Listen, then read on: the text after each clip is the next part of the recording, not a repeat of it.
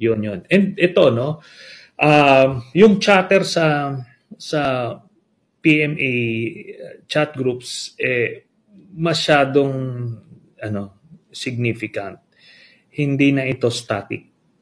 Kaya makikita mo na kung meron sila ngayon, lalo ng palakas ng palakas yan. Remember, iisipin nila pag nakapwesto si Sara, ano yung pwestong ibibigay sa kanila. So merong ganong personal interest na papasok yan. Yung progressive military career na sinasabi natin sa PMA. It could be too tempting for these PMAers to resist.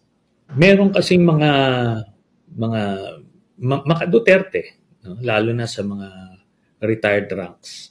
And masyado silang bold sa kanilang mga pronouncements. They're looking for any opening against the administration.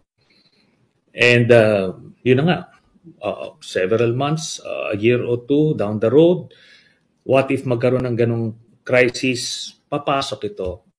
And ngayon yung mga active, magbe-break ranks ito. Yun yung nakikita natin. Kasi merong, may active, mga proactive na nagre-recruit at nagbubuyo, nag-agitate. Yun ang mahirap.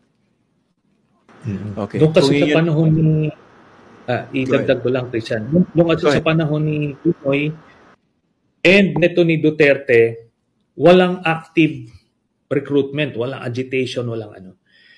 Pero ngayon meron kaya yun ang danger. May mga disgruntled pa.